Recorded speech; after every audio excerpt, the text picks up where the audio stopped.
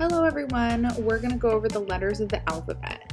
So A, B, C, D, E, F, G, H, I, J, K, L, M, N, O, P, Q, R, S, T, U, V, W, X, Y, and Z.